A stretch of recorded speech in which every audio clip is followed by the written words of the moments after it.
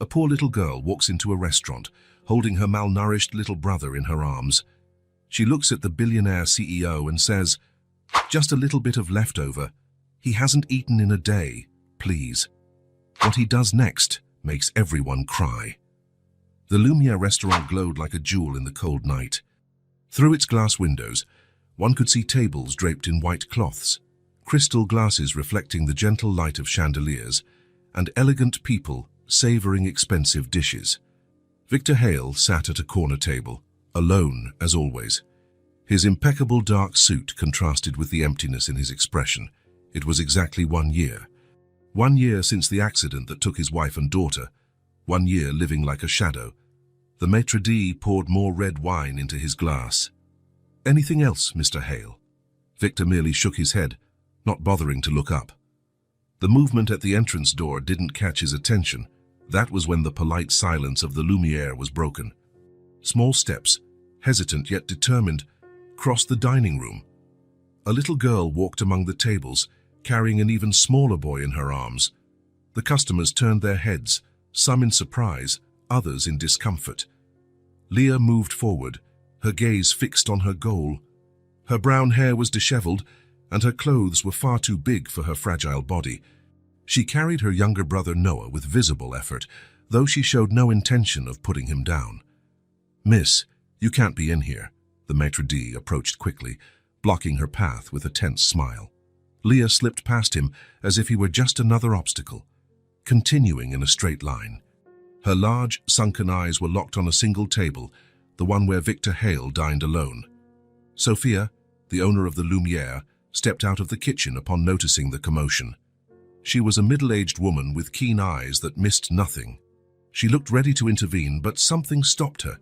There was determination in that child, and Sophia decided to watch. Leah finally reached Victor's table. He still hadn't noticed her presence, lost in his own dark thoughts, until the small shadow was cast over the white tablecloth. Victor looked up and froze. The girl stood there, staring directly at him. Her sunken eyes held a mixture of fragility and strength, and the boy in her arms seemed almost asleep, his head resting on his sister's shoulder. What shocked Victor most was not their sudden appearance, but their condition. Even under the restaurant's soft light, it was impossible not to notice. Their pale skin, the protruding bones in their wrists and faces, the clothes that seemed borrowed, far too large for bodies that had shrunk. And that gaze, a gaze of someone who had grown up far too quickly. For a moment, no one moved. The other customers, the maitre d', Sophia, everyone seemed petrified, as if witnessing a scene from another world intruding upon their own. Then, with a clear voice that did not match her frail appearance, Leah spoke. "Just a little bit. He hasn't eaten anything for a day, please." There was no pleading in her voice. It was almost a demand, as though she were merely stating a fact Victor needed to address. Victor Hale was known in town for his impassive expression ever since the tragedy.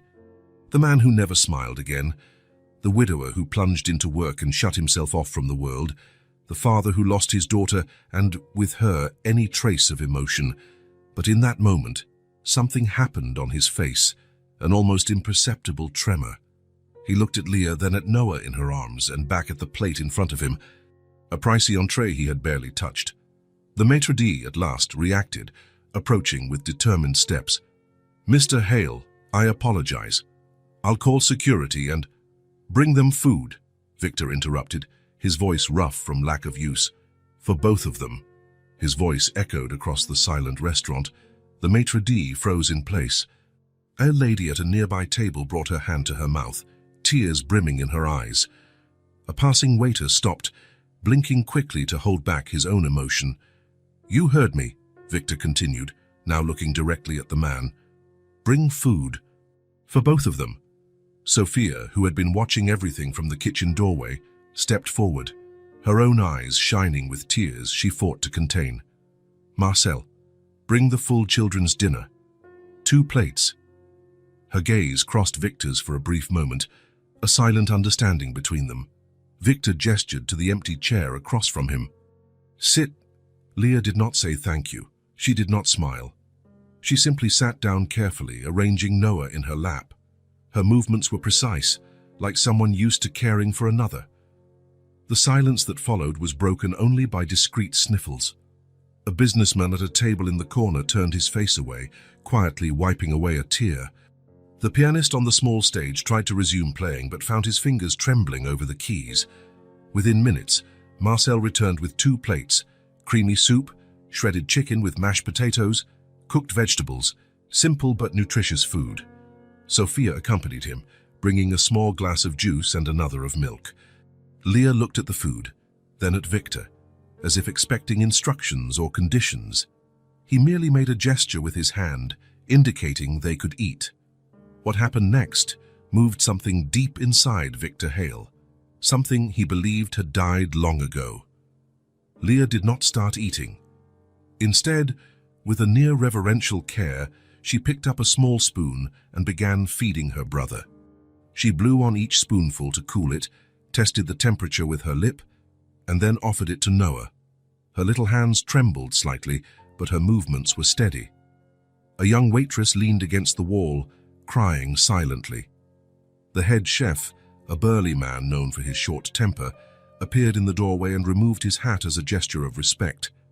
"You can eat too," Victor said, his own voice sounding strange to his ears. Leah raised her eyes to him for a moment. "He's worse off." 3 simple words, loaded with an entire universe of meaning. He's worse off. A statement from someone who had taken on more responsibility than her age warranted. Someone who had learned to prioritize another's need over her own hunger. A tear slid down Victor's face, the first since the funeral. He didn't wipe it away, perhaps he didn't even notice. At the adjacent table, an elderly couple held hands, watching with tearful eyes. Sophia remained a few steps away, observing. Her perceptive gaze noticed the shift in Victor. It wasn't obvious, just a different light in his eyes, a slight tremor in his strong hands, a tension in his shoulders that hadn't been there before. Something was happening to that man who had shut himself away from the world. When Noah finally seemed satisfied, leaning against his sister's chest with sleepy eyes, Leah began to eat her own portion. She ate slowly, chewing carefully, as though savoring each small bite. Yet her eyes remained alert, surveying the room, always returning to Victor, as if evaluating whether this offer might be withdrawn at any moment. The restaurant maintained a reverent silence. No one dared speak loudly, as though they were witnessing something sacred. The pianist finally found the right notes, gentle music, almost a lullaby. Victor watched the children, and something dormant awakened within him, memories he had tried his best to bury, the row of tiny shoes in the closet, the sound of laughter echoing through the house, the feel of a small hand in his. "Where did you come from?" he asked softly, so as not to startle them. Leah finished chewing before answering. "From out there," she said vaguely, pointing to the window, to the darkness beyond the restaurant's warm glow. "Where are your parents?" A brief tremor flickered across her face, so quick it almost went unnoticed. "My mum's sick in the big hospital. And your dad? Never met him." There was a brutal simplicity in her words. No drama, no self-pity. Just facts stated as they were. Victor gave a slight nod. "How did you know who I was?" Leah took a sip of juice before answering. "Everyone knows Mr. Hale." It was true.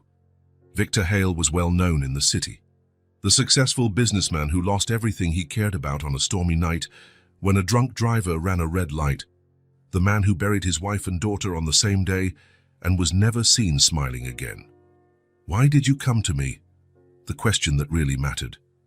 Leah's large, solemn eyes remained on his. "You help kids. I saw it on the big sign. You give money to help kids. The Hale Foundation, created after his family's death, managed by his assistants. A way to channel his wealth for some good, while he distanced himself from everything and everyone. A duty he fulfilled without personal involvement." Victor felt a knot in his throat. The irony did not escape him. He donated millions to children he would never meet, while these two had had to come into a luxury restaurant just to get a meal. Sophia approached again, bringing a small dessert, vanilla pudding with a berry sauce. She placed it before the children with a gentle smile. I thought you might like to try this. It's our specialty. Noah, who seemed almost asleep, opened his eyes at the sight of the colorful dessert. For the first time, Victor saw something on the boy's face other than exhaustion, a flicker of childlike delight. Leah looked at Sophia with a mix of suspicion and gratitude. Thank you, Mom. Sophia, the woman corrected softly. My name is Sophia. For an instant, something like a smile passed across Leah's lips, as fleeting as light reflecting on a mirror. While the children shared the dessert, Leah once more offering the first spoonfuls to Noah, Victor and Sophia exchanged a meaningful look. May I speak with you for a moment? Sophia asked quietly. Victor hesitated, looking at the children. Just over there, Sophia gestured toward a spot near the bar, still within view of the table. They'll be fine. Victor nodded and followed Sophia, keeping the children in his sight. What are you going to do with them afterward? Sophia asked bluntly, once they were out of earshot. The question caught Victor off guard.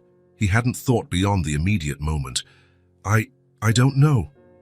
Sophia studied his face for a long moment. You can't just feed them and send them away, Victor. I know, and he did know. Something had changed in the past few minutes, something he couldn't even explain to himself. These children need help. Real help, Sophia went on. Look at them. They're malnourished, probably homeless, their mother hospitalized. If you called social services right now...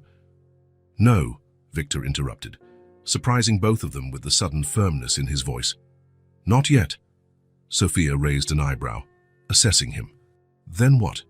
Victor looked back at the table, where Leah was gently wiping Noah's face with a napkin after they finished the dessert. I need to think. Sophia placed a hand on his arm, the first human touch Victor had received in months. Victor, I know you're feeling something right now, something you haven't felt in a long time, but these are real children, with real needs. Not symbols or projects. Her words hit Victor like a slap. Sophia was right, of course. What was he doing? What was he feeling? He could barely take care of himself for the past year. How could he... I'm going to help them, he said at last. I don't know how yet, but I will, properly. Sophia nodded, looking relieved. You have my number. Use it. When Victor returned to the table, Noah was asleep in Leah's lap, and the girl was fighting her own fatigue. Her heavy eyes opened fully at his approach. Thank you for the food, she said formally, as if she had rehearsed the phrase. Victor sat down, studying them both. Where will you go now, Leah? The girl adjusted her brother in her arms, preparing to stand. We have a place. The lie was transparent. Leah, Victor said gently, in a tone he had not used in a long time. It's cold outside, and your brother is sleeping. Let me help you. Really. Something flickered across her face. Fear, hope, distrust, all at once. They'll separate us. Grown-ups always separate us. Victor felt those words like a punch to the stomach. The bitter wisdom of a child's experience. I won't let that happen, he promised, not entirely sure how he would keep it. You can stay with me tonight. I have a spare room. Tomorrow, we'll figure out what to do. Leah studied him with eyes that seemed to see more than was on the surface. Finally, she nodded, almost imperceptibly. Just for tonight, she agreed. And we're not going to be separated. You won't be, Victor assured her, standing up and offering his hand to help. As they left the restaurant, Victor carrying a sleeping Noah, Leah walking by his side with cautious steps. A respectful silence followed them. The maitre d', who had been so concerned about the children's presence, now held the door open with renewed dignity. The customers looked on, many with teary eyes. Sophia watched from the doorway. She saw the broken man who dined alone every night now leaving with purpose, guiding a small child while carrying another in his arms. It wasn't salvation, it wasn't redemption, it was just a moment of human connection. But for Victor Hale, on that cold night, it was the first step out of the emptiness his life had become. Victor closed the door of his silent, empty house. The echo of his footsteps on the marble entryway seemed louder tonight, as though the house itself was surprised by his early return.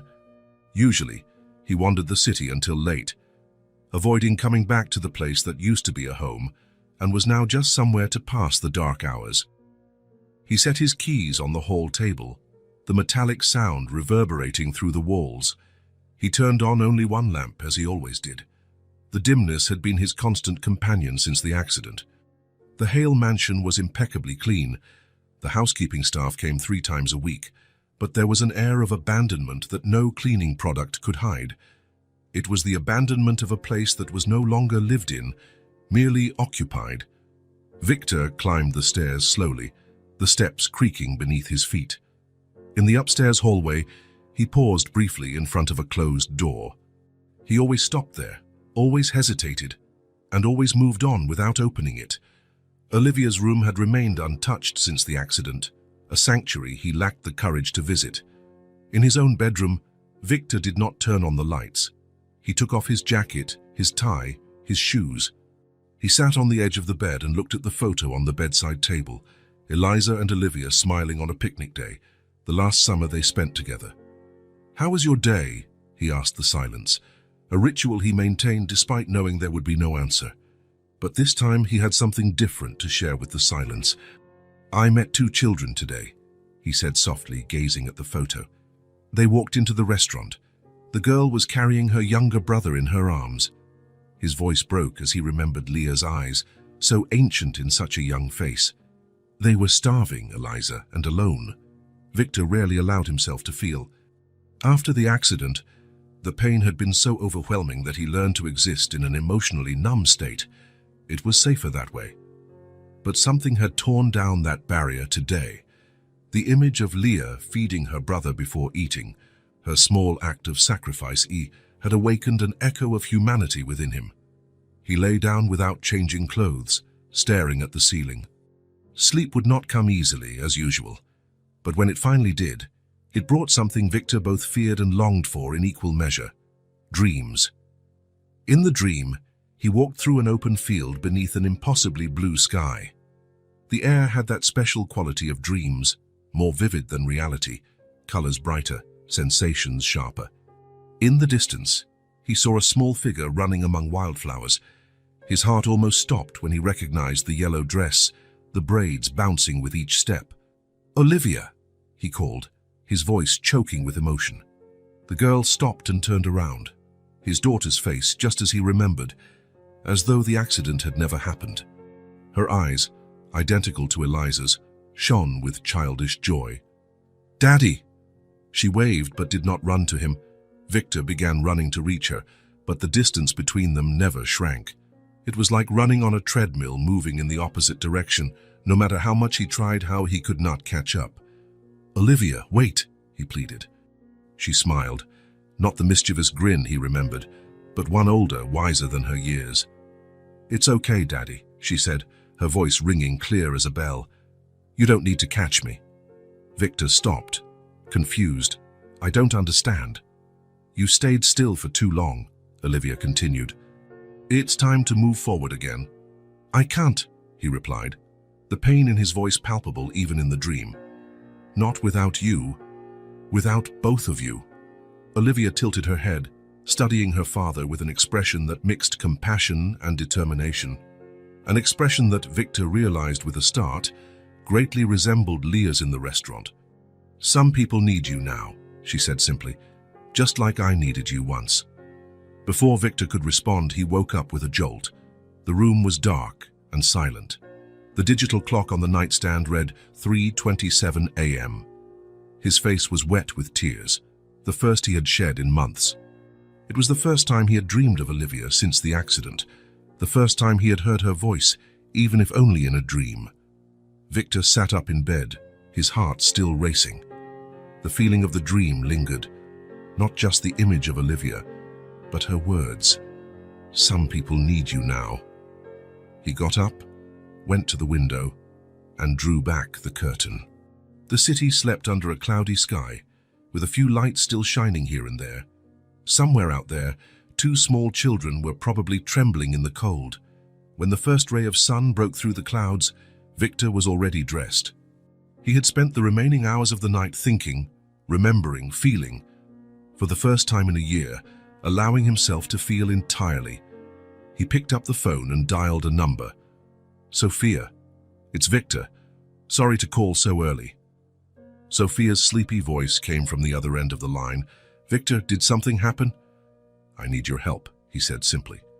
Help me find that girl. There was a moment of silence. Then Sophia answered firmly, I'll be at the restaurant in 20 minutes. Lumiere was empty at that hour, the chairs still inverted on the tables. Sophia waited at the entrance, wearing a thick coat against the morning chill. Her eyes studied Victor's face as he approached. You look different, she remarked. Victor didn't respond directly. Do you have any idea where they might be? Sophia nodded.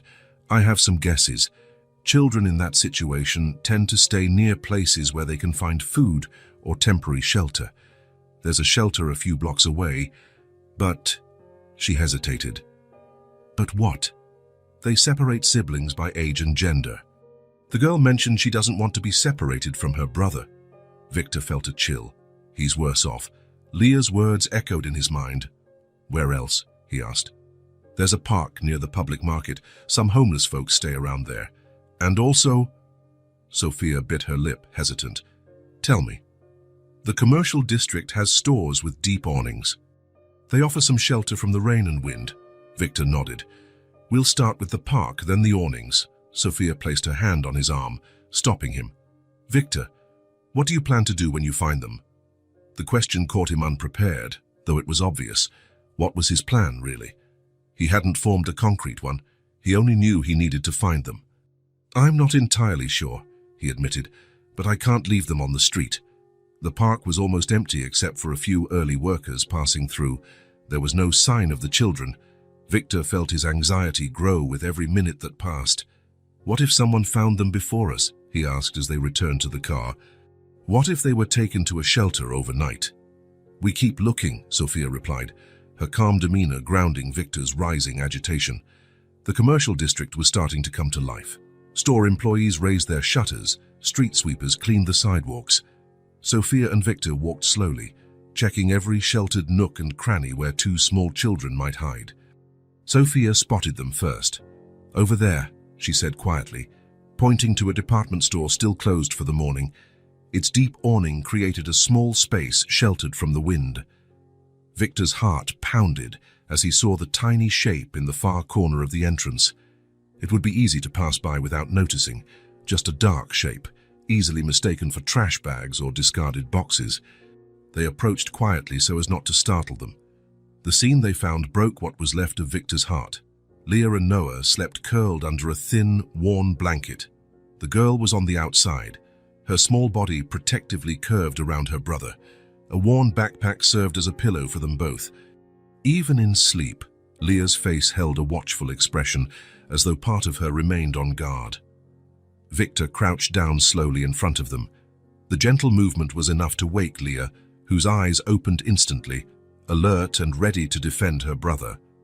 Recognition came a second later.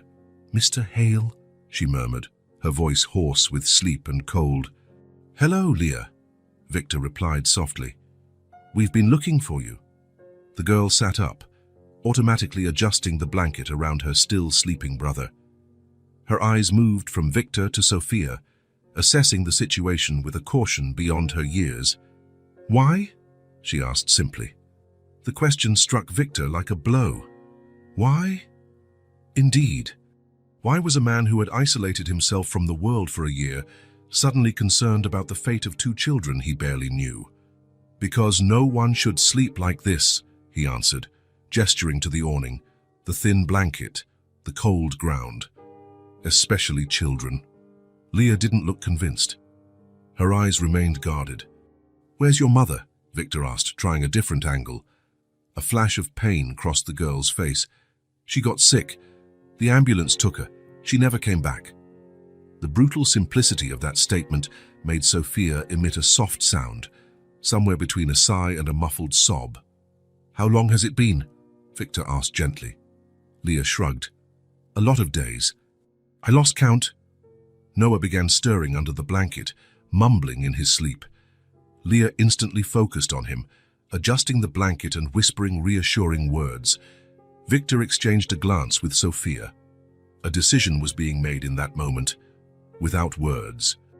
Leah, he said, moving closer on his knees to be at her level. "We'd like to help you." "How?"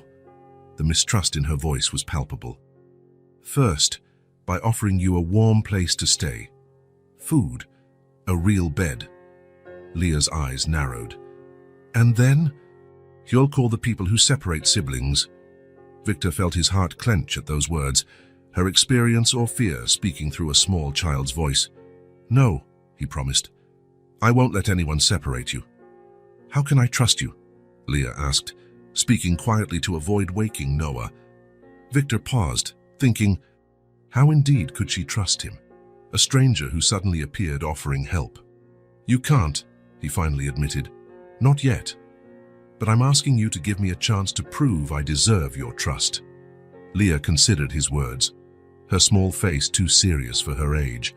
She looked at her sleeping brother, then at the sky that threatened rain. "Can we stay together?" she asked, and there was something so vulnerable in her voice that Victor felt his eyes sting. "Always," he replied, and in that moment, he realized it was a promise he intended to keep, no matter what it required. Something in Leah's face relaxed, not completely, but enough. She nodded once. "I'll wake Noah," she said, already moving to do so. Sophia stepped forward. "Let me get your things." There was only the worn backpack and the blanket. Sophia gathered them while Victor watched Leah gently wake her brother, explaining quietly that they were going somewhere warm. Noah opened his eyes, confused at first, then smiled upon recognizing Victor. "The food man," he mumbled sleepily, making Victor smile for the first time in a long while. "Yes, that's me. Would you like to have breakfast with me and Sophia?" Noah nodded enthusiastically, now more awake. Leah helped him stand, smoothing out his rumpled clothes with maternal gestures that were both touching and profoundly wrong for someone so young. As they headed to Victor's car, Noah fully awake now, chattering about pancakes, Leah still cautious and alert, Sophia leaned in and murmured, "Are you sure about this?" Victor watched the children for a moment. "I am." In the car, Noah fell asleep again, lulled by the warmth and movement. Leah remained alert, gazing out the window, occasionally glancing at Victor and Sophia in the front seat. "Shall we stop for breakfast?" Sophia asked. Victor looked in the rearview mirror and met Leah's tired eyes. "What do you think, Leah? Want to grab breakfast at a cafe or go straight to my house?" The word house hung in the air, loaded with meaning. It wasn't just a place to stay. It was a home being offered. Leah looked at her sleeping brother. "I think he needs to rest first." "Then let's go home," Victor decided, setting his course. "Sophia, could you call Dr. Mills?" "I'd like him to check on the kids as soon as possible," Sophia nodded, taking out her phone. As he drove through the waking city, Victor felt something stirring within himself as well. A purpose, a direction. Olivia's voice from his dream echoed in his mind. "Some people need you now, just like I needed you once." The emptiness that had occupied him for so long was beginning to be filled by something new. It wasn't happiness, not yet, but perhaps it was hope. And for the first time in a year, that felt like enough. The automatic gate of the Hale mansion opened with a soft hum. Victor drove slowly along the polished stone driveway, watching in the rearview mirror for the children's reactions. Noah had woken up and stared out the window, wide-eyed.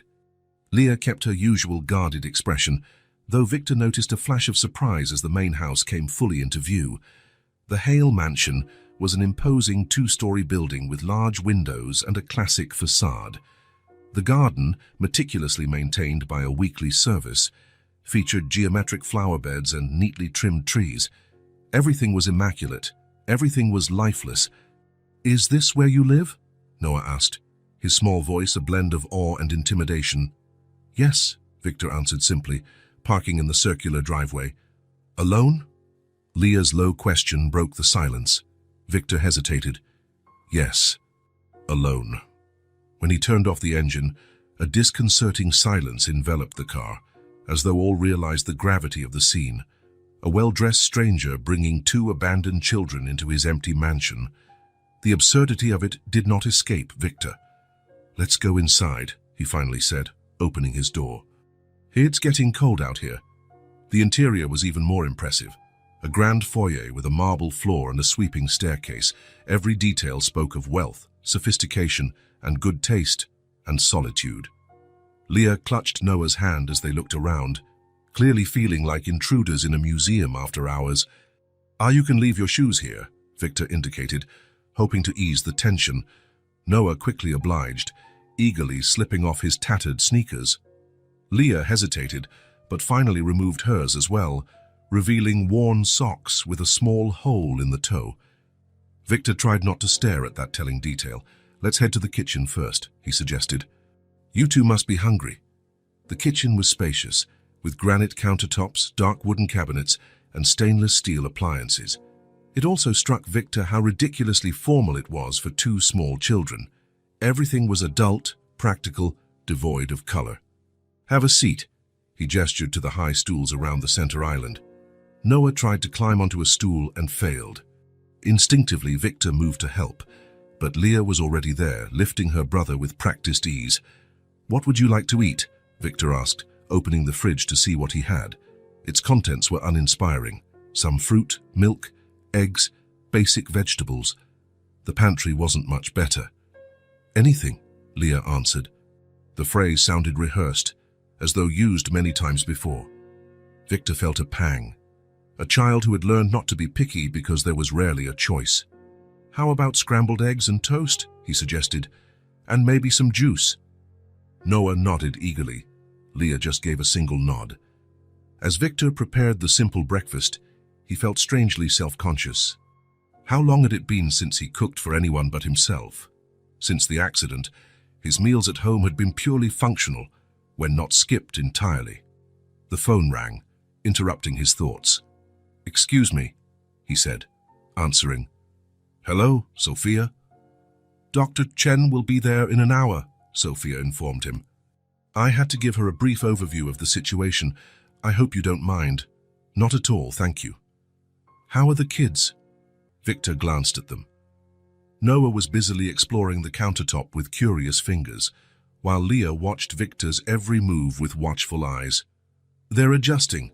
I'm about to feed them." "Great. I'm at the market picking up some essentials." "I'll be there soon."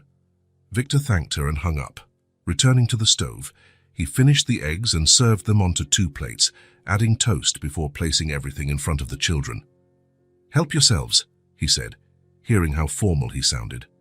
Then more gently, "Eat as much as you want." Noah began devouring the food immediately, but Leah waited until Victor had stepped aside before starting to eat. Her movements were restrained, as though worried the food might be taken away at any moment. Victor watched silently, struggling against a surge of emotions he was unprepared to handle. There was something deeply wrong in children who ate with that kind of anxious restraint, something that pointed to a failure beyond their individual circumstances, a societal failure, a communal failure, a failure he, with all his wealth and influence, had been conveniently blind to. When they finished, Noah had a bit of egg at the corner of his mouth. Leah automatically wiped it away with a napkin, a motherly gesture that felt both touching and disturbingly natural for someone her age. "This house is really big," Victor said, breaking the silence. "I'll show you where you can stay." Upstairs, Victor led them down the wide corridor with its plush carpeting. He deliberately passed quickly by the door that remained always closed, Olivia's room, and opened the door to one of the guest rooms. "You can stay here for now." The room was spacious, with a king-size bed, elegant furniture, and a private bathroom. Its colors were neutral, beige, white, light blue. There was nothing particularly childlike in the space. "It's really big," Leah commented, seeming slightly intimidated. Victor hadn't considered that. Of course it would be enormous for children used to small, cramped spaces. "You'll get used to it," he said, not knowing what else to say. "The bathroom is over there. There are clean towels, soap, toothpaste, everything you need." Leah nodded, absorbing the information. "Doctor Chen will come in about an hour to examine you," Victor added. "She's a doctor." Leah's eyes immediately sharpened. "Why?" "Just to make sure you're both okay. He hesitated. "After being on the street for a while." She didn't appear convinced, but she did not argue. "In the meantime, you can take a bath and rest a bit," Victor showed her how to work the shower, adjusting the water temperature, pointing out the toiletries. Leah watched closely, committing every step to memory. "I'll leave you to it," he said finally. "I'll be downstairs if you need anything." Leaving the room, Victor realized he'd been holding his breath. Everything about the situation felt intensely awkward. The formality with which he spoke to the children, the strangeness of having other people in his house, the sense of inadequacy. He went downstairs and sat in the living room, a room he rarely used. The elegant furniture, the artwork on the walls, the carefully selected decorative items, everything now felt painfully pointless. Half an hour later, he heard light footsteps on the stairs. Leah was coming down carefully, holding Noah's hand. Both had wet hair and were wearing the same clothes as before, but they were noticeably cleaner. "Feel better after the bath?" Victor asked, standing up. Noah smiled, nodding enthusiastically. "The tub is huge." Victor realized he was smiling back, an almost forgotten movement of his facial muscles. "The shampoo smells nice," Leah added, almost shyly. Her hair, now clean, appeared a shade lighter than Victor had initially thought. The doorbell rang before Victor could respond. Noah flinched instinctively, pressing himself against his sister. "That must be Sophia or the doctor," Victor explained, heading to the door. It was Sophia, carrying several shopping bags. Behind her was an Asian woman in her mid-40s with a medical bag. "Dr. Chen," Victor presumed. "I brought the basics," Sophia said as she entered. "Food, some clothes that might fit, children's toothbrushes."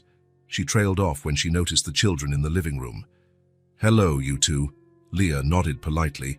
Noah partially hid behind her. Dr. Chen stepped forward, a calm smile on her face.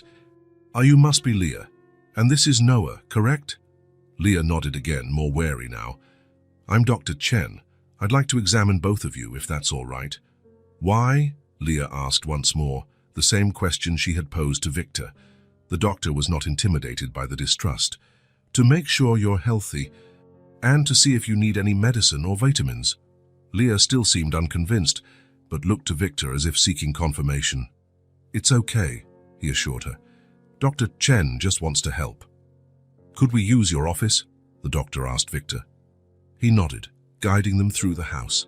His office, another rarely used space, was well lit, with a comfortable couch for the children. "I'll stay outside," he said, sensing that his presence might make the children uncomfortable during the exam. Out in the hall, he found Sophia organizing the groceries in the kitchen. "You thought of everything," he commented, glancing at the bag's contents. There were simple but nutritious foods, some basic children's clothing, toiletries for kids, and even a few modest toys and books. "I tried to imagine what they'd need right away," Sophia replied. "I wasn't sure about sizes, so I bought a bit bigger. They can grow into them." The phrase, "they can grow," carried an implication Victor did not miss. A suggestion of permanence, of continuity. "Sophia, he began, unsure of what to say. "You don't need to explain," she interrupted gently. "I saw your face last night at the restaurant. It was like watching someone wake up from a deep sleep." Victor said nothing. He couldn't deny it. Something had changed inside him since the moment Leah appeared at his table. An hour later, Dr. Chen emerged from the office, closing the door behind her. "How are they?" Victor asked immediately. The doctor sighed. "Physically, not as bad as I feared, but not as good as they should be. Moderate malnutrition in both. Mild anemia. Their skin is dry, likely due to exposure and poor nutrition. Leah has some calluses on her hands indicating physical labor, probably from taking care of her brother. Noah has a slight developmental delay in his motor skills, but nothing proper nutrition and the right stimulation can't fix." Victor absorbed the information, feeling both relief that it wasn't worse and anger that it was bad enough. "What should we do?" "Regular, nutritious meals, plenty of vegetables, fruit, protein. I'll prescribe vitamins, moderate physical activity, and routine. Children need routine more than anything." The doctor met Victor's eyes. "They also need emotional stability, Mr. Hale. They're quite shaken by recent abandonment." "They weren't abandoned," Victor corrected automatically. "Their mother's in the hospital." "Yes, Leah told me. Still, Their perception is one of abandonment, especially Noah's. Leah has taken on a caretaker role, which is concerning for someone so young. She needs permission to be a child again. Victor nodded, feeling the weight of the responsibility he had assumed. What about the legal situation? He asked quietly. Dr. Chen exchanged a look with Sophia. Technically, you should notify social services immediately, but... She hesitated. But, Victor prompted, I know the system. If they're taken now, they'll be separated, placed in different foster homes. It would be, she chose her words carefully, counterproductive to their recovery. What do you suggest? That you look after them for the time being. We can try to locate the mother in the meantime. If she's able to reclaim them, great. If not, the doctor left the sentence incomplete. Victor gazed through the office door, which was slightly ajar. Leah sat on the couch, flipping through a book the doctor had likely shown her. Noah was on the floor, playing with a toy stethoscope Dr. Chen must have given him. For a moment, they looked just like normal kids on a normal day. I'll take care of them, he said finally, as long as necessary. The following weeks established a new routine at the Hale mansion. Victor learned to adapt his life to the presence of the children. Small changes at first, regular meals, set bedtime, space for play, that gradually turned into a complete reorganization of his existence. Sophia came by almost daily, bringing items she remembered they would need, offering advice, helping with practical matters. She bought more clothes for the kids, age-appropriate toys, colorful books. The mansion, once so silent, began to fill with new sounds. The occasional laughter from Noah, which grew more frequent as he felt safer. Leah's curious questions about objects around the house, the patter of small feet racing down the hallway. Leah remained vigilant, but gradually started to relax. When she realized meals were regular and guaranteed, she stopped hiding food in her pockets for Noah. When she understood she could bathe every day, she began to enjoy the ritual. And when she saw that Victor truly didn't intend to separate them, she allowed Noah to venture a bit farther from her side. Noah flourished more quickly. After a few weeks of proper nutrition, his cheeks filled out, his eyes grew brighter. He discovered the garden and spent hours exploring it under Leah or Victor's watchful eye. He began speaking more cute words and phrases emerging like blossoms after a rain. Victor found himself doing things he never imagined. He learned to make macaroni with cheese sauce, Noah's favorite. He discovered how to braid Leah's hair after watching an online tutorial. He improvised a pajama party in the living room, complete with blankets and cushions. The subtlest transformation was his own. Victor Cheers, who had spent a year avoiding life, found himself forced to engage again. The children demanded his presence, attention, and energy, and surprisingly, he had all of that to give. One evening, as he picked up toys scattered around the living room after the children went to bed, Victor realized he hadn't thought about the accident in several days. The realization hit him hard. Not that he had forgotten Eliza and Olivia, he never would. But the pain had become something different, something that coexisted with moments of not exactly happiness, but perhaps purpose. Meaning, upstairs, he could hear the children's soft voices, Noah asking for a story, Leah patiently telling something she'd made up, sounds that belonged in a home, not a mausoleum. Victor stopped in front of that always closed door, Olivia's room. His hand hovered over the doorknob, as it always did, but this time, instead of hesitating and moving on, he turned the knob and opened the door. The room was exactly as he had left it, the bed still made with a pink polka-dotted blanket, the shelves filled with colorful books and dolls, photos on the walls, the little star sticker on the ceiling that glowed in the dark.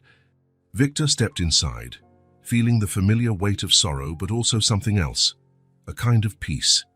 He sat on the small bed, the scent of Olivia long gone, replaced by the neutral odor of a closed room. "I miss you," he whispered to the empty space. "I always will." But for the first time in a year, it wasn't only pain he felt, it was gratitude. Gratitude for the years they had together. Gratitude for the memories. And strangely, gratitude for the chance encounter that brought two needy children to his table at the Lumiere. Two children who, without intending to, were teaching him to live again. Victor stood up and left the room, leaving the door open behind him. Perhaps it was time to let some fresh air in. The Hale Mansion's kitchen was filled with the aroma of a hearty vegetable soup. Victor, sleeves rolled up and wearing an apron Sophia had insisted he buy, stirred the broth carefully while referring to the list of recommendations Dr. Chen had left. Leafy greens every day, lean protein in every meal, a variety of fruits. Iron and vitamin supplements, he muttered to himself, checking if he was following every guideline. At the kitchen table, Noah was busy with his new coloring pad while he waited for lunch. 3 weeks had passed, and the change was visible. His previously sunken cheeks now had a healthy hue, and his once frail legs were stronger when he ran around the garden. "Is it ready yet?" asked Liam, entering the kitchen. She carried the vitamin bottle she had to take before meals. 5 more minutes, Victor replied, watching as the girl neatly grabbed a glass of water and swallowed the 2 colorful capsules without complaint. The medication routine had become part of their day. Early on, Leah had resisted, distrustful of any sort of medicine. Now, after Dr. Chen patiently explained the importance of each supplement, she took them without argument, even reminding Victor when it was time for Noah's dose. "I remembered we need to go to the pharmacy today," Victor said as he served soup into bowls. "We're running low on Noah's tonic." Leah nodded seriously. "We also need more sunscreen. Dr. Chen said our skin is still sensitive."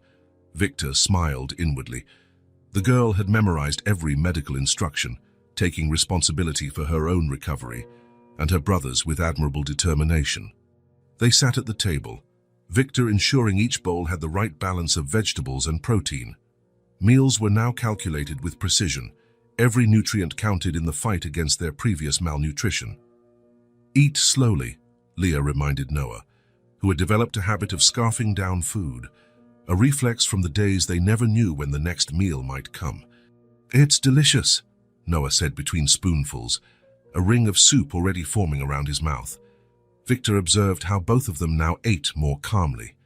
In the first weeks, it had been a struggle, Leah hiding food in her pockets for later, Noah panicking when the plate emptied, afraid there might not be more. Dr. Chen had explained, "It's food trauma. It takes time for the body and mind to believe there will always be another meal." After the soup, Victor served fresh sliced fruit and yogurt enriched with probiotics, another item from Dr. Chen's extensive plan. The nutritional program was meticulous, designed specifically for children recovering from malnutrition. "Can I play in the garden afterward?"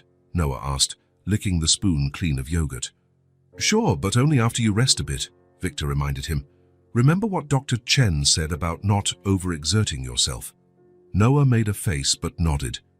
The post-meal rest was another rule set by the doctor, to allow the body to focus on digestion and absorb nutrients, rather than spending energy on physical activity. While the children finished lunch, Victor checked the schedule posted on the refrigerator. Tomorrow was weighing and measuring day, a weekly ritual to track their progress.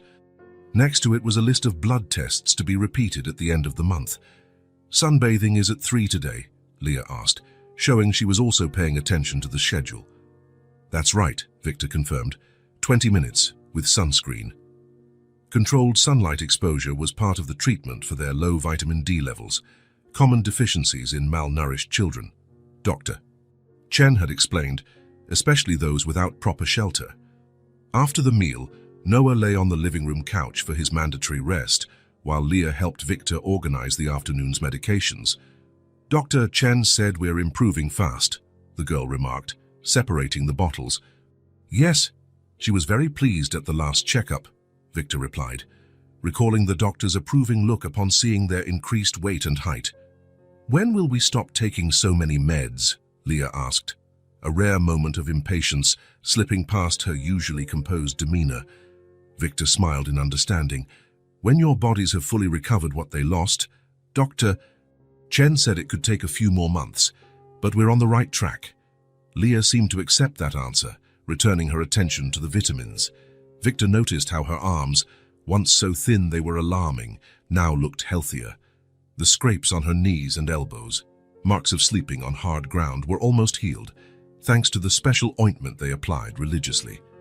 In the living room, Noah had fallen asleep, his chest rising and falling in a peaceful rhythm.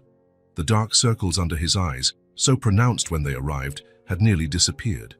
His sleep, once restless and haunted by frequent alarms, was now deep and restorative. Victor covered him with a light blanket and returned to the kitchen, where Leah sat at the table, drawing in her new sketchbook. He watched as her fingers, once trembling from weakness when holding a pencil, now moved with increasing steadiness across the page. "What are you drawing?" he asked, sitting beside her. "Our routine," Leah replied, showing him a color-coded calendar with symbols representing their different meds and daily activities. Victor felt a surge of emotion. The girl had transformed a strict medical regimen into something creative, a way to take control of her own healing process. "It's amazing," he said sincerely. The doorbell rang, announcing Sophia's arrival. As always, she came laden with bags, this time full of nutritional supplements, books on healthy eating for children, and some new clothes in bigger sizes to accommodate the growth beginning to show. "How are my favorite patients?" Sophia asked as she entered the kitchen. "They're getting better," Victor answered, genuinely pleased to say so. And it was true. Day after day, meal after meal, medication after medication, the children were reclaiming not just their physical health, but something deeper, the assurance that their basic needs would be met, that another plate would always be on the table. And Victor, without noticing, was healing too, finding purpose in the small acts of care that now filled his days. The house, once silent as a tomb, now pulsed with the sounds of life, the medication timer beeping, water running for warm baths, pages turning in child nutrition books, two little hearts beating stronger each day. Rain softly pattered against the windows of the Hale mansion. It was a quiet Sunday afternoon, the kind of weather that invites coziness. Victor was in the living room, reviewing some foundation documents, while Noah played with a set of colorful blocks on the rug. Leah sat at the coffee table, flipping through a magazine Sophia had left on her last visit. The comfortable silence was interrupted only by the sound of blocks clacking together and the occasional rustle of turning pages. Victor looked up from his papers and watched the children. Nearly 2 months in, how the transformation was remarkable. Noah was more talkative, with more coordinated movements and a fuller face. Leah still maintained her guard, but she could now relax for longer stretches, allowing herself moments of childish distraction. Victor caught one such moment now. Leah had stopped flipping through the magazine and was focusing on a napkin. She was sketching with the tip of a pencil, as though attempting to copy something from the page. Curious, Victor quietly approached and peered over her shoulder. His heart constricted at the realization of what she was doing. The magazine featured an ad with large, colorful letters. On the napkin, Leah was trying to replicate some of them, uneven lines vaguely resembling the printed shapes. "You like letters?" Victor asked softly, not wanting to startle her. Leah turned around quickly, as though caught doing something wrong. Her hands instinctively covered the napkin. "I was just drawing," she replied, a light blush coloring her cheeks. Victor sat beside her, keeping a respectful distance. "Would you like to learn how to write your name?" he asked, casually masking the weight of his question. Leah's eyes widened slightly. She looked at the napkin, then at Victor, as though weighing his sincerity. A small smile began to form, quickly tempered by learned caution. Can I?" she finally asked, her voice barely above a whisper. "Of course," Victor replied, grabbing a notepad and pen from the side table. "Let's start with something simple." Carefully, he wrote 3 uppercase letters at the top of the page. "Lia. This is your name," he explained, pointing at each letter as he pronounced them. "Lia. Leah." The girl watched in fascination, as though witnessing a magic trick. Her fingers lightly traced the letters, following their outlines. "Would you like to try?" Victor offered, handing her the pen. Leah hesitated, then accepted it. She held the pen awkwardly, gripping it too tightly. Victor gently adjusted her hand, showing her a more comfortable way to hold it. "It's easier this way," he explained. "Now copy the letters below mine." Tongue pressed between her lips in deep concentration, Leah started drawing. Her first L came out crooked, more like a tilted I. She frowned, visibly frustrated.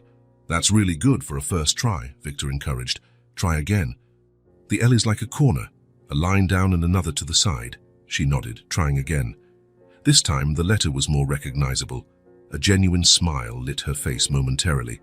"That's right, now the I, just a straight line." That one was easier. Leah drew an almost perfect vertical line, gaining confidence. Finally the A. It's a bit trickier. Like a triangle with a line across the middle. The A was harder. Her first attempt looked like a sideways H. The second had the crossbar cutting all the way through, but on the third try, she produced something that resembled an A. "L-I-A," Leah pronounced, looking at her creation with a mixture of pride and wonder. "Leah?" That was when something happened that Victor had not seen since the children arrived. Leah laughed, a brief, crystal-clear sound, born of pure joy. It was so unexpected that even Noah stopped playing to look at his sister in curiosity. "You did it," Victor said, feeling a strange tightness in his throat. "That's your name." Leah looked at him, her eyes gleaming. "Can I try again?" "As many times as you want."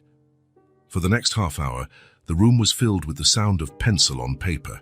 Leah practiced her name over and over, each attempt firmer than the last. Noah eventually joined them, curious, and Victor showed him how to draw an N, promising to teach him his entire name when he was ready. When Sophia arrived later that day with the week's supplies, she found the house in an unusually high-spirited state. Leah ran up to show her what she had accomplished, clutching the paper as though it were a precious treasure. "Look, I learned to write my name."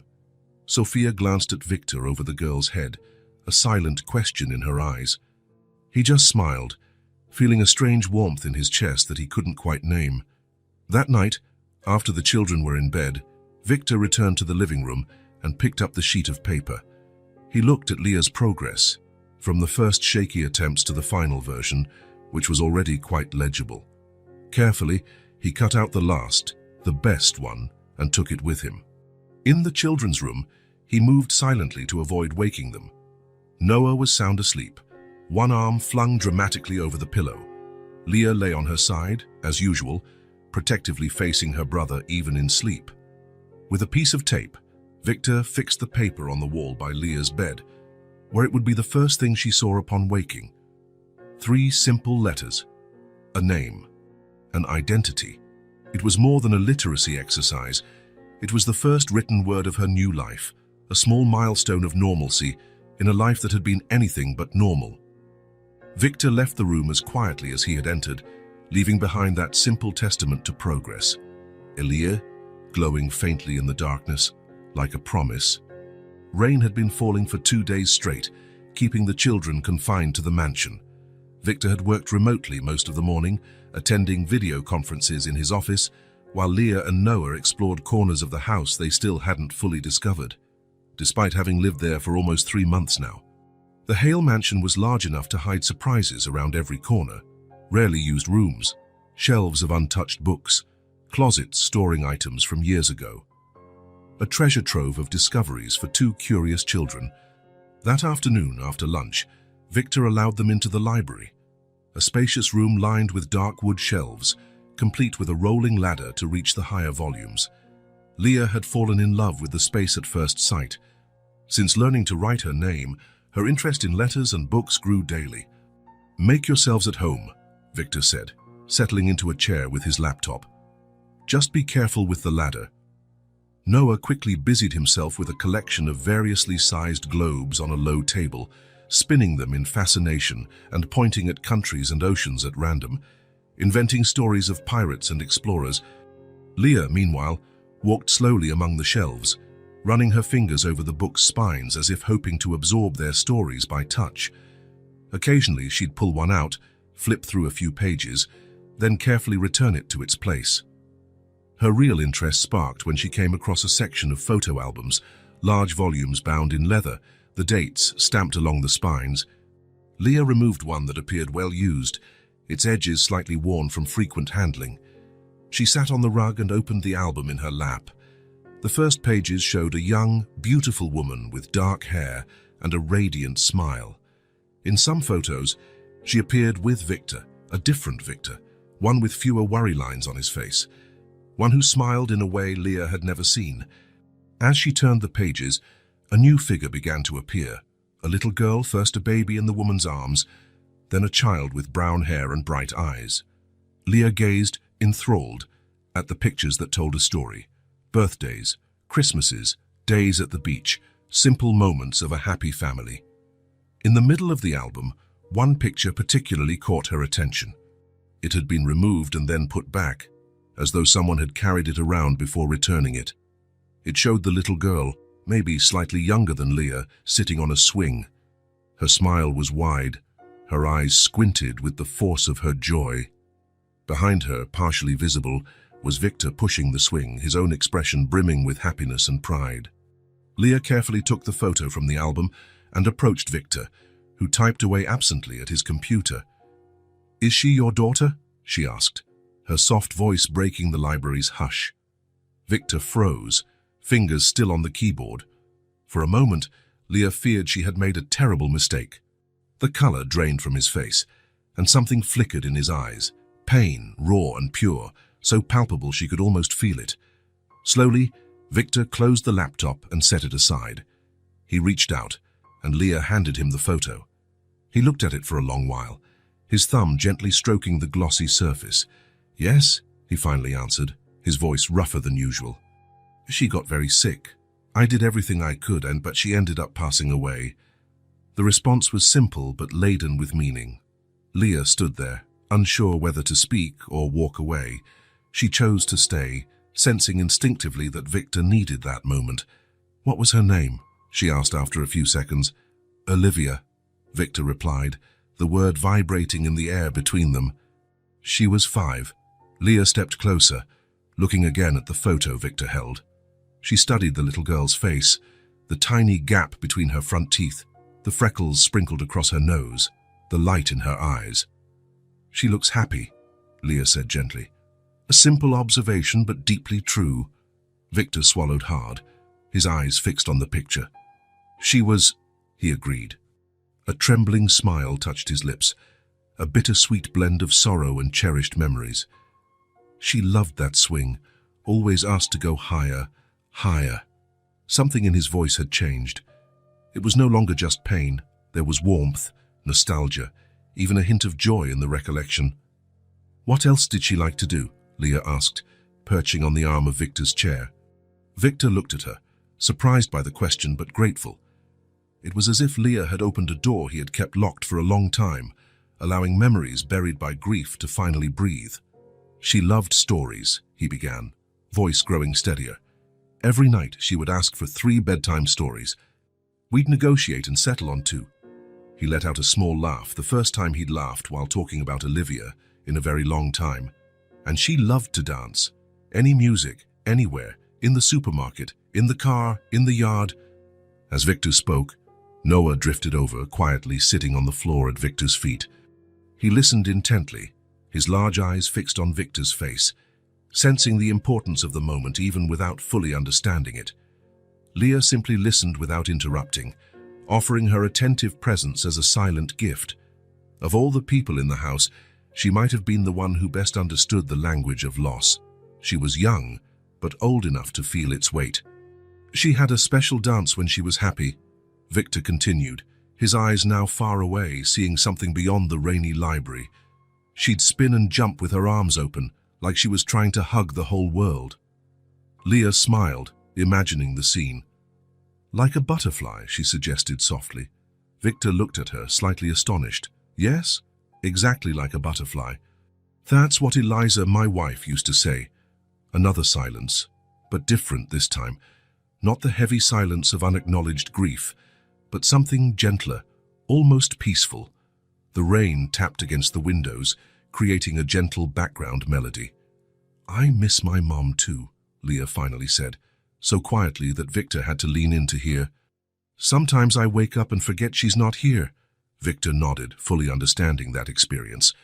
"That happens to me too," he admitted. Another moment of connection. Leah placed her small hand over Victor's, a gesture so simple yet deeply comforting. It was the first time Victor had truly spoken about his loss with someone, openly, not just referencing death's blunt reality. And it was with a girl who understood silence, who knew the void left by absent loved ones, who understood how to carry that absence without words. "Can I see more pictures of her?" Leah asked after a few minutes. Victor hesitated only for a moment before nodding. "Of course. Let's look together." With Noah settling in beside them, Victor turned the album's pages, slowly bringing Olivia back to life through memories and stories. For the first time in a long time, he spoke of his daughter not as someone he had lost, but as someone he had loved, and still loved. Outside, the rain finally began to lessen, and a weak sunbeam tried to break through the clouds. Morning light bathed the Hale mansion in a golden glow on a Saturday. Victor, accustomed to his new routine, woke early to make breakfast. Over the past months, this morning ritual had become special, not a lonely task, but a quiet celebration of the household's new rhythm. As he set out the ingredients for pancakes, flour, eggs, milk, a bit of sugar, he heard light footsteps on the stairs. Leah appeared in the doorway, already dressed, hair neatly combed. In the 4 months since she arrived, she had gained not just weight and color, but also a new bearing. A hint of caution still lingered, but she was no longer perpetually on high alert, like a small animal ready to flee. "Good morning," she greeted, walking over to the counter. "Can I help?" Victor smiled. "Sure. I'm making pancakes." Leah's eyes lit up. Pancakes had quickly become both children's favorite breakfast. "Would you like to learn how to make them?" Victor offered, somewhat surprised at himself for suggesting it.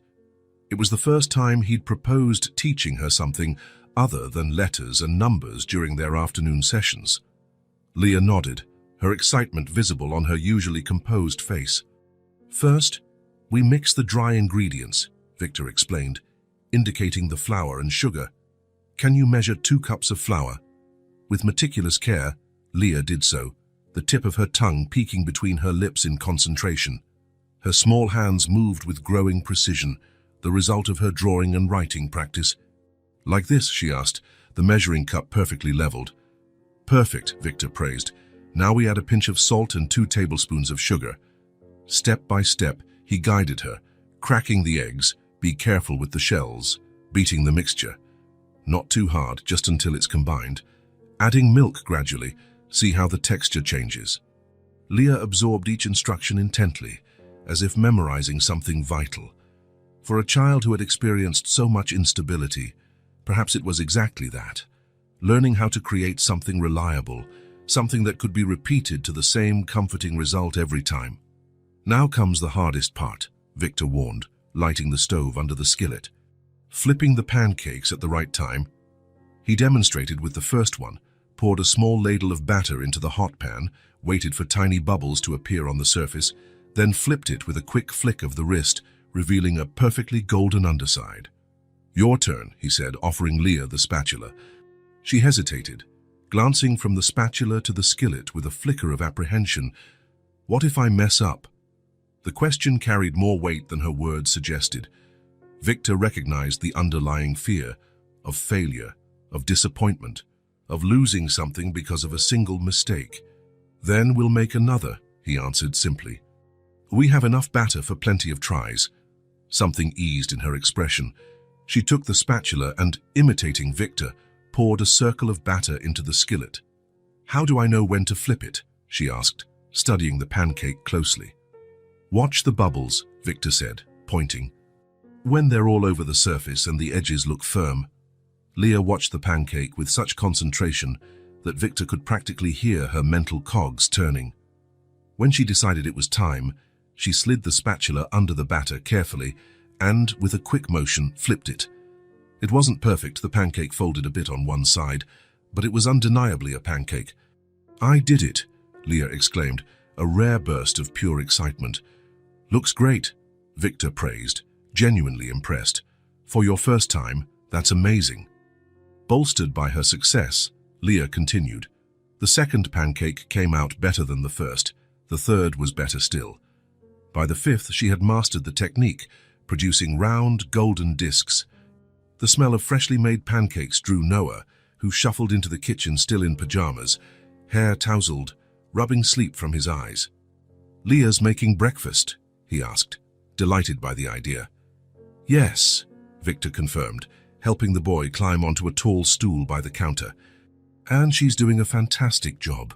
Leah smiled, a real smile that lit her whole face, making her look her actual age rather than the little adult she'd been forced to become. "I want to learn too," Noah declared.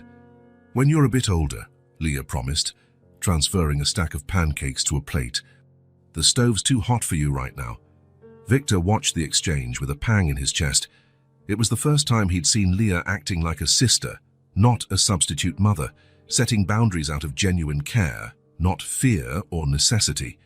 All three sat at the kitchen table, the golden stack of pancakes in the center, surrounded by jars of jam, honey, and butter. Noah dove into his portion with typical enthusiasm, while Leah savored each bite carefully. "These are delicious, Leah," Victor complimented after tasting them. "You have a knack for this." She lowered her eyes, but not before he caught the gleam of pride in them. "Can I make them again tomorrow?" she asked timidly. "Of course. We can do this every Saturday if you like. It'll be our little ritual." The idea of a ritual, something regular and reliable they could anticipate, seemed to please Leah. She nodded, satisfied. As they ate, Victor noticed Noah watching Leah intensely, as though puzzled by something. Finally, Noah pointed his fork at her and pronounced distinctly, "Leah." It wasn't the first time he'd said his sister's name, of course, but something was different this time. There was intent behind it, a purpose. Noah then pointed at his own pancake and repeated, "Leah." Victor understood immediately. Noah wasn't just calling his sister, he was attributing the creation of the pancakes to her, recognizing her accomplishment. It was the first time he used a word to identify not just a person or object, but to express a more abstract idea, authorship, creation. Leah also understood. Her eyes widened, then softened with a controlled surge of emotion. "Yes, Noah, I made the pancakes." Noah beamed, satisfied that she'd understood him, and resumed eating with renewed enthusiasm. Victor lowered his gaze to his own plate, hiding the sudden rush of emotion. These small, ordinary moments, ones that didn't seem dramatic or extraordinary, were gradually reacquainting him with life. Every little victory the children achieved felt, in some way, like his own. After breakfast, Leah insisted on helping with the dishes while Noah scattered his favorite building blocks across the living room floor. A light rain outside created a cozy atmosphere, perfect for a quiet day indoors. Victor was drying a plate when an unexpected sound made him pause. Noah was laughing in the living room, a pure, carefree laugh. Leah heard it too, and met Victor's eyes in a shared acknowledgement of how rare that sound had been. "Let's see what's so funny," Victor suggested, setting the dish towel aside. In the living room, they found Noah surrounded by an elaborate block construction. What had started as a simple tower now looked like an entire city, with structures of varying heights connected by makeshift bridges. "Look what I made," he exclaimed proudly. "It's our house, but way, way bigger."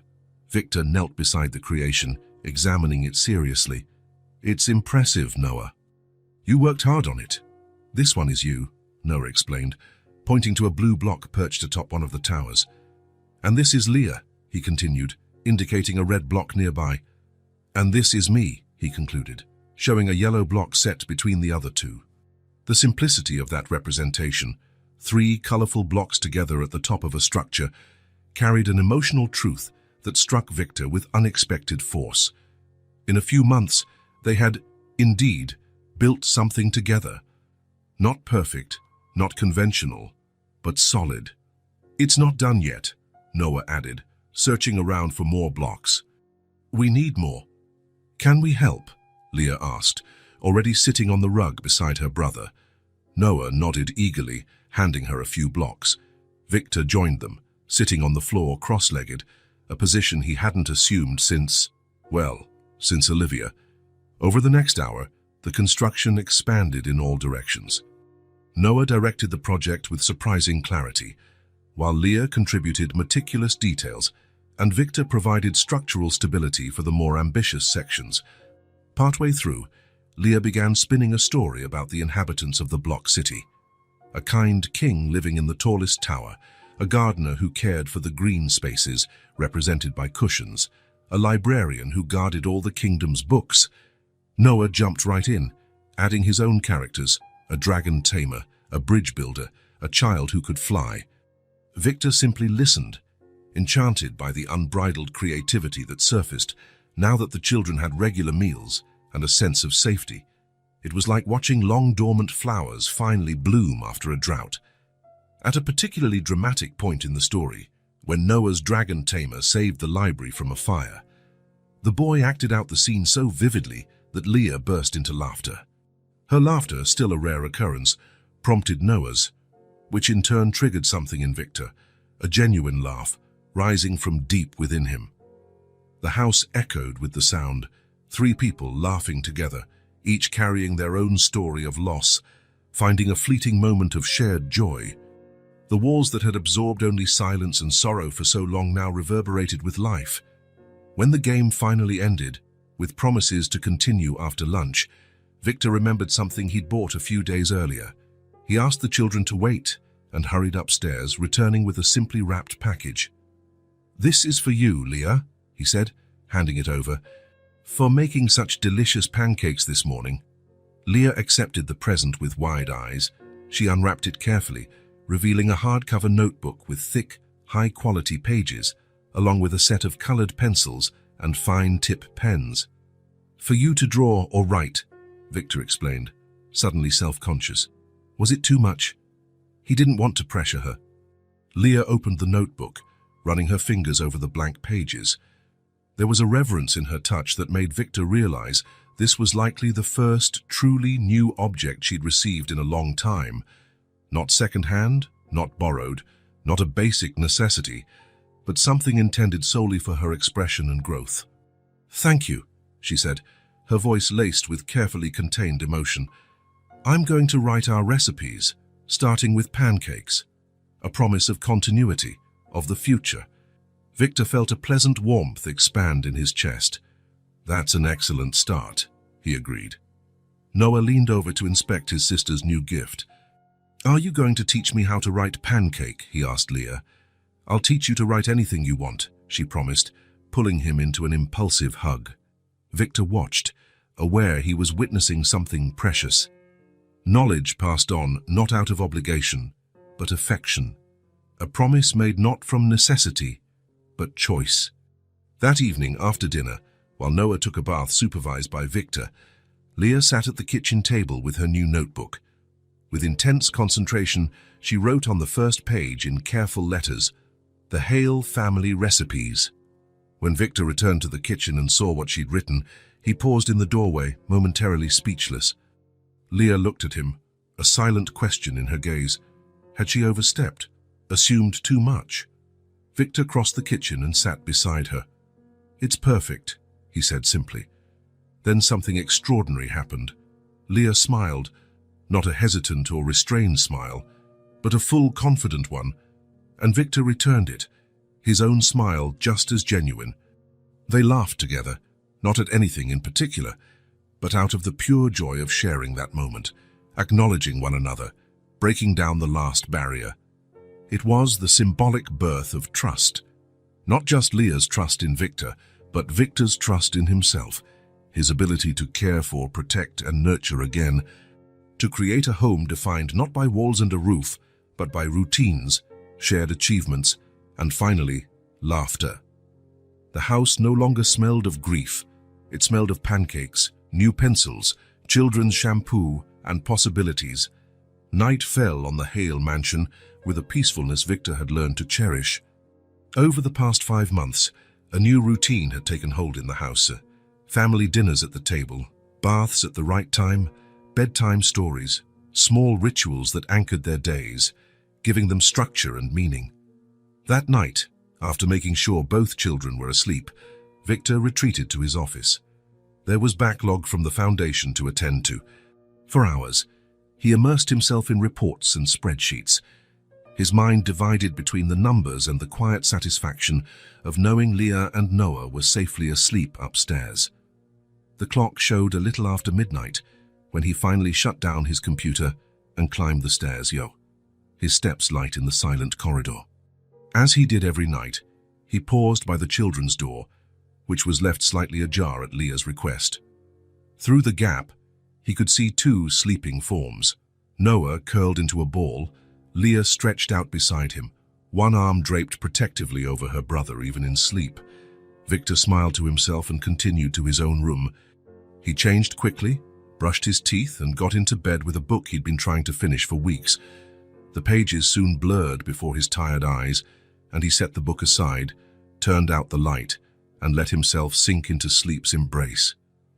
He wasn't sure how long he'd been asleep when a sound woke him, a faint creak of his bedroom door opening. Victor opened his eyes immediately, alert but not alarmed. There had been a few late-night visits over the months, bad dreams, a glass of water, a question that couldn't wait until morning. What startled him was seeing Leah standing at the door, her small body visibly trembling, her face wet with tears. "Leah?" Victor sat up, instantly awake. "What happened?" The girl entered, her steps unsteady, voice shaking with sobs. "He's burning up. I'm scared." Victor needed no further explanation. He threw the covers aside and followed Leah, who was already hurrying back to the room she shared with her brother. Noah lay curled under his blankets, his face flushed, breathing irregularly. Small whimpers escaped his chapped lips, and his hair clung to his sweat-damp forehead. Victor touched Noah's skin and immediately felt the alarming heat, a fever, and a high one, judging by the touch. "How long has he been like this?" he asked, searching the nightstand for the thermometer he kept there.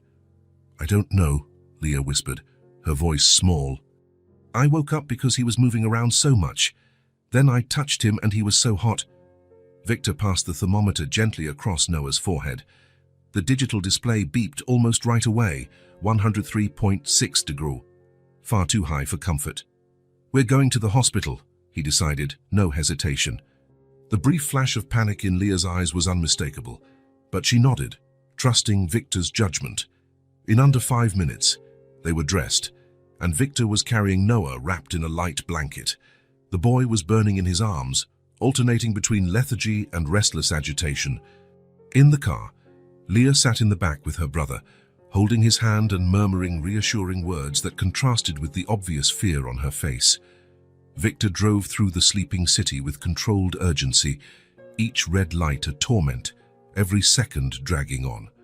His mind raced through medical possibilities, viral infection, bacterial, some complication from their earlier malnutrition. Their health progress over the last few months made this abrupt setback feel especially cruel. The pediatric ER was moderately busy, even at that hour. Victor registered them at the desk, briefly explaining the situation. Noah's high fever secured them priority, but there was still a wait. In the waiting area, Leah remained unnervingly quiet, her eyes never leaving her brother, who was dozing fitfully in Victor's lap. Her face was a mask of mature worry far beyond her years. "He'll be fine," Victor assured her, placing a free hand gently on her shoulder. "The doctors here are very good." Leah didn't answer right away. When she did, her voice trembled with a fragility Victor seldom heard from her. "My mum came to the hospital. She never came back." Her words hit Victor like a physical blow. Of course, to Leah, hospitals weren't places of healing, but of permanent separation. Her terror wasn't only about Noah's health, but the fear of another irreversible loss. "Noah isn't as sick as your mother was," Victor said gently. "It's probably just a bad flu or infection. The doctors will give him medicine and we'll all go home soon." Leah bit her lip, unconvinced. "Promise." "I promise," Victor replied without hesitation. She reached out and gripped his hand in hers with surprising strength. "You promised you'd stay with us," she said, her dark eyes holding his with unsettling intensity. Victor felt the weight of those words. They weren't just a reminder of the promise he'd made months ago under a cold awning. They were a call to accountability, a plea for reassurance in a moment of fear. More than that, they signified trust, fragile, newly formed, precious. "And I intend to keep it," he responded, his voice steady despite the lump in his throat. A nurse appeared at the door, calling Noah's name. Victor stood, still holding the feverish boy. Leah refused to let go of his hand, walking close by his side as they followed the nurse down the white corridor. In the exam room, a young, efficient doctor checked Noah's vital signs, inspected his throat, listened to his lungs, and asked Victor questions, which he answered as best he could. "Looks like a bacterial tonsillitis," she concluded after the thorough check. "We'll start antibiotics right away. His fever should come down in the next 24 hours. Victor felt immense relief flood his body. Leah, who had been watching the exam anxiously, finally relaxed a bit. "He won't need to stay here?" she asked, her voice revealing her main concern. The doctor smiled kindly at Leah. "No, sweetie. We'll give him his first dose of medication here. Then you can take him home. Just keep giving him the meds as directed." Leah turned to Victor, wordlessly seeking confirmation. He nodded, matching the doctor's words. While they waited at the hospital pharmacy for the prescription, Noah stirred, his fever-glazed eyes meeting Leah's. "It's okay," she whispered, stroking his sweaty hair. "We'll be home soon." Victor noticed how naturally the word home slipped from Leah's lips. Not Victor's house, not the mansion, simply home, the place where they all belonged. It was well past 3 in the morning when they finally returned to the mansion. With the first dose of antibiotics and fever reducer in his system, Noah slept more peacefully in Victor's arms. Leah, exhausted by worry and the late hour, struggled to keep her eyes open. Victor carried Noah to his bed, tucking him in carefully. Leah immediately climbed in beside him, determined to keep watch. "You need rest too," Victor said softly. "I can look after him." Leah shook her head stubbornly. "I want to stay close. In case he needs me." Victor considered insisting, but understood her need to maintain some measure of control, to feel useful in protecting her brother. Instead, he brought a spare mattress and laid it beside the bed, adding pillows and blankets. "We can take turns," he offered. "You rest a bit and I'll stay awake. Then we'll switch." To his surprise, Leah agreed, settling onto the makeshift bed. Without much thought, Victor sat beside it, pulling a blanket over her as he had done every night. "Thank you," she murmured, her eyes heavy with sleep, "for not leaving us alone." "Never again," Victor promised, realizing he had never spoken any words with such certainty. When Leah finally fell asleep, Victor remained there between the two children, listening to their breathing in the quiet of the night. One breath slowly evening out with the help of medicine, the other already deep and steady, relieved the crisis had passed. The night of fear confirmed what all the little moments of the past months had built. They were no longer 3 individuals under the same roof. They were a family, united not by blood or paperwork, but by daily choices, fulfilled promises, and hands that held each other tightly in the dark. Dawn arrived with a clear sky, a golden September light filtering through the windows of the Hale mansion. Victor woke before his alarm, double-checking that everything was ready. The uniform ironed and hanging by the closet door, the brand-new backpack neatly packed with supplies, the special lunch he had prepared the night before. In the kitchen, he made coffee while reviewing the final documents. There weren't many pages, but they carried enormous weight. Each line represented not just legal obligations, but heartfelt promises he had been keeping for months. The lawyer had explained everything in detail the previous week. Exhaustive searches for Helena Suarez had turned up nothing. No record in any hospital database, no contact with social services, like she had vanished. Presumed abandonment, the lawyer had said. The judge granted provisional custody. Today, we finalized the adoption. Victor put the documents away when he heard footsteps on the stairs. Leah appeared in the kitchen doorway, wearing the navy blue dress they had picked out for this special day. Her hair, now longer and healthier, was braided neatly. "Good morning," she said, her eyes darting to the folder on the table. "Did you sleep well?" Victor asked, pouring her a glass of juice. Leah nodded, sitting down. "Noah's still asleep. Let him rest a bit longer, we have time." They shared breakfast in a comfortable silence, a ritual that had formed naturally over the months. Victor noticed Leah's hands trembling slightly around her cup. "Are you nervous?" he asked gently. Leah shrugged, A gesture he had learned was her silent yes when words were hard to find. "What if it doesn't work out?" she finally voiced. "Not the paperwork, afterwards. What if it's not like we hope?" Victor understood. It wasn't the legal procedure she feared, but the permanent commitment it represented. "Nothing will change," he reassured her. "It just confirms what we already are." After breakfast, Victor grabbed his car keys. "I need to go somewhere first. Sophia will be here soon to stay with you until I get back." Leah nodded, understanding without needing an explanation. The cemetery was peaceful at that hour. Victor walked the familiar path among the headstones, carrying a small bouquet of white lilies. He knelt at the polished stone bearing Eliza and Olivia's names. "Hello, my loves," he said quietly. "Today's an important day." A gentle breeze rustled the nearby trees. "I'm signing the adoption papers," he went on. "Laya and Noah. You would have liked them. Laya has your strength, Eliza. And Noah has that curiosity that lit up Olivia's eyes." He traced the engraved names with his fingertips, a gesture he had repeated countless times over the years. "I haven't left you behind," he said, his voice cracking a bit. "I just moved forward with them." He stayed for a few more minutes, then rose and touched the gravestone one last time before leaving. When he got back to the mansion, everyone was ready. Noah ran up to him, proudly showing off his little bow tie. "Do I look good?" he asked, spinning around in his outfit. "Very handsome," Victor affirmed, picking him up. Leah approached quietly. "Are you okay?" she asked softly, once Sophia had taken Noah to grab his jacket. Victor smiled, genuinely touched. "Yes, I'm very good." The courthouse was an older building in the city center. The ceremony was surprisingly brief. The official explained the documents, the rights and responsibilities, the legal aspects of adoption. When it came time to sign, Noah had already fallen asleep in Victor's arms, overcome by boredom and childlike drowsiness.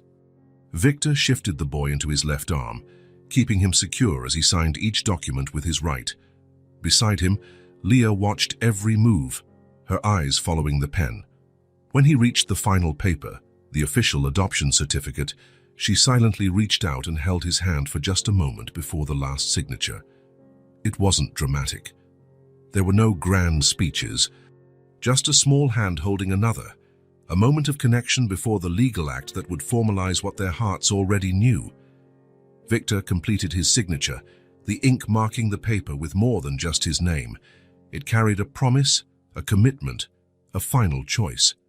"Congratulations, Mr. Hale," the official said, stamping the final document. "The adoption is finalized." Leaving the courthouse under the bright morning sun, Victor carried the sleeping Noah in one arm, while his other hand held Leah's. Sophia followed a few steps behind, safely carrying the signed papers in her bag, giving them space. None of the three said the word family. They didn't need to. It was written in the documents they had just signed, in the way Noah nestled into Victor's shoulder, in how Leah walked beside him with lighter steps.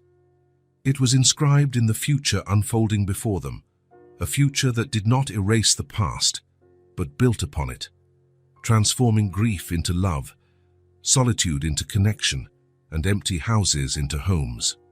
It was a signature more profound than ink on paper. It was a signature of love. Dawn broke with the kind of anticipation that makes the air feel lighter, almost electric. Victor woke before his alarm, triple-checking that everything was in place. The neatly pressed uniform hanging by the closet, the brand-new backpack with everything organized, and the special lunch he'd prepared the night before. In the kitchen, he prepared a more elaborate breakfast than usual, pancakes shaped like letters, a specialty he had mastered over the months. The sweet smell soon drew Noah, who appeared with rumpled pajamas and messy hair. "Today's the day," he exclaimed, climbing onto the stool to watch the stove. "Can I walk Leah to school too?" "Of course," Victor replied, ruffling the boy's hair affectionately. "We're her support team today." Light footsteps sounded on the stairs. When Leah entered the kitchen, Victor felt an unexpected surge of emotion. There she stood, dressed in her full school uniform, a pleated navy skirt, white shirt, knee-high socks. The school's emblem shone on her chest, carefully sewn on the night before by Sophia. "Morning," she greeted, her voice softer than usual. Her hands fiddled nervously with the collar of her shirt, a gesture betraying her anxiety. "You look wonderful," Victor said simply. A small smile appeared on Leah's face, briefly lighting her eyes before giving way to the worried expression again. "What if I can't keep up?" she asked during breakfast, poking at her pancake. "I've never been to school before. The other kids know so much more than me." It was true. Despite the private tutors working with her these past months, Leah had significant gaps in formal education. The decision to place her directly in 3rd grade, with children her age rather than a lower grade E, had been thoroughly discussed with educators and psychologists. "Remember what Dr. Martinez said," Victor replied gently. "The most important thing isn't what you already know, but what you're ready to learn. And you're more than ready." Leah nodded, not entirely convinced, but willing to trust him. Over the months, she had learned that not all adults fail. Some promises are kept, some hands remain extended. After breakfast, Victor helped Noah get dressed while Leah triple-checked her backpack, going through each item meticulously. New notebooks, freshly sharpened pencils, soft erasers, and the colorful pencil case she had chosen herself at the store. When Sophia arrived to accompany them, she brought a small surprise, a silver star hair clip for Leah. "So you'll shine on your big day," she said, fastening it into Leah's carefully braided hair. On the drive to school, in the back seat, Noah held Leah's hand and spun fantastic tales about the day ahead. In his vivid imagination, Leah would instantly become the most popular student, discover hidden treasure on the playground, and be invited to join a secret club of adventurers. His stories teased small smiles out of Leah, visibly easing her tension. Victor watched in the rearview mirror, struck once again by the dynamic that had grown between the siblings, Noah as the eternal optimist, shining light on Leah's anxieties, and Leah as the vigilant protector, gradually learning to be protected too, Saint. Francis Elementary occupied an entire block, with its main red brick building and sprawling green yards. By the time Victor parked out front, a steady flow of uniformed children and hurried parents was already streaming in. Leah gazed out the window, her eyes wide. "There are so many people," she whispered. "And they're all just as nervous as you on the first day," Sophia reassured her, adjusting the collar of Leah's shirt one last time. Victor got out and opened the door for her. Noah unbuckled himself quickly, determined to be part of this milestone. Together, the four walked toward the main gate, where a teacher greeted new students with a warm smile. Victor felt Leah's grip on his hand tighten with each step. At the point where parents had to say goodbye, a few yards from the inner gate, Leah stopped. Her small shoulders suddenly seemed weighed down, and she looked up at Victor with a vulnerability he had rarely seen since her early days there. "I'm scared," she admitted softly. Then, after a short pause, "But I'm also happy." Those simple words perfectly summed up what they had all experienced these past months, a delicate balance between fear of the unknown and the joy of new possibilities, between the shadow of the past and the light of the future. Victor knelt to her eye level, straightening her backpack and checking the star hair clip. "Hair's going to be all right," he promised, holding her small hands in his. "You deserve this." And she did. After everything Leah had faced, loss, abandonment, premature responsibility, she deserved this chance. Deserved to be just a child, with all the joys and challenges that entails. Noah squeezed in between them, hugging his sister tight. "It's going to be the best day ever," he proclaimed with absolute conviction. "And I'm making a drawing for you to show everyone when you come home." Leah hugged him back, then straightened, adjusting her backpack with renewed determination. Her chin lifted slightly. That gesture of courage Victor had learned to recognize and admire. "See you later," she said, a slight tremor still in her voice but overpowered by resolve. "I'll be right here waiting," Victor promised, "in this exact spot." With one final wave, Leah turned and walked toward the gate. The teacher greeted her warmly, introducing her to another girl who looked just as nervous. From a distance, Victor watched them exchange timid words before heading inside together. Next to him, Sophia discreetly raised her camera, capturing the moment Leah stepped through the threshold, small but determined, full of newly allowed dreams, her silhouette framed by the school entrance. "She'll be fine," Sophia said, putting the camera away. "She's stronger than she knows." "All of us are," Victor replied, feeling Noah's hand tighten around his as he waved enthusiastically after his sister, now vanished inside the building. The ride home was quieter. Noah eventually dozed in the back seat, worn out by the morning's excitement. Sophia alternated between checking her work emails and flipping through the photos she had taken. "This one's perfect," she commented, showing Victor a shot at a red light. It captured Leah in the exact moment she glanced back one last time before entering, one foot over the threshold, the other still in familiar territory, her face a blend of determination and hope. "I'm framing that," Victor decided immediately. Over the following weeks, a new rhythm took shape. To her own surprise, Leah adapted well to the school environment. Her natural intelligence and thirst for knowledge made up for the academic gaps. The teachers sent positive reports, noting her exceptional focus and determination. More importantly, she began making friends, classmates who invited her to join them at recess, who sat with her at lunch, who shared secrets and laughter. A month after school started, on the day Leah brought home her first test marked with a big red A, Sophia arrived for dinner with a carefully wrapped package. "A little gift to celebrate," she explained, handing it to Victor. Inside was a beautifully framed picture, not just of Leah on her first day, but a small collage, Leah in her uniform, Noah holding the special drawing he'd promised to make, and Victor in the middle with an arm around each of them, all smiling, all connected by something more profound than physical closeness. At the bottom of the frame, a small brass plate bore a simple yet powerful inscription, "Our New Life." Victor felt tears welling up as he placed the frame on the living room wall, where it would be the first thing they saw upon entering, and the last thing before leaving. A constant reminder not just of how far they had come, but of everything still ahead. Because this wasn't a story about salvation. It was a story about staying, about teaching, about starting over. A plate of food, a name painstakingly written, a genuine hug, and a photo in which no one was missing. It wasn't a happy ending, because it wasn't an ending at all. It was just the beginning of a new story, their story together, a story of learning to live again.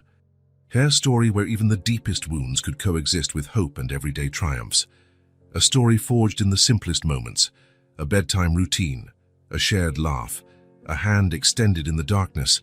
And so, their new life began, quietly weaving the threads of past sorrow and present joy into a tapestry of resilience. One day, one meal, one promise at a time, becoming at last a family in every sense of the word.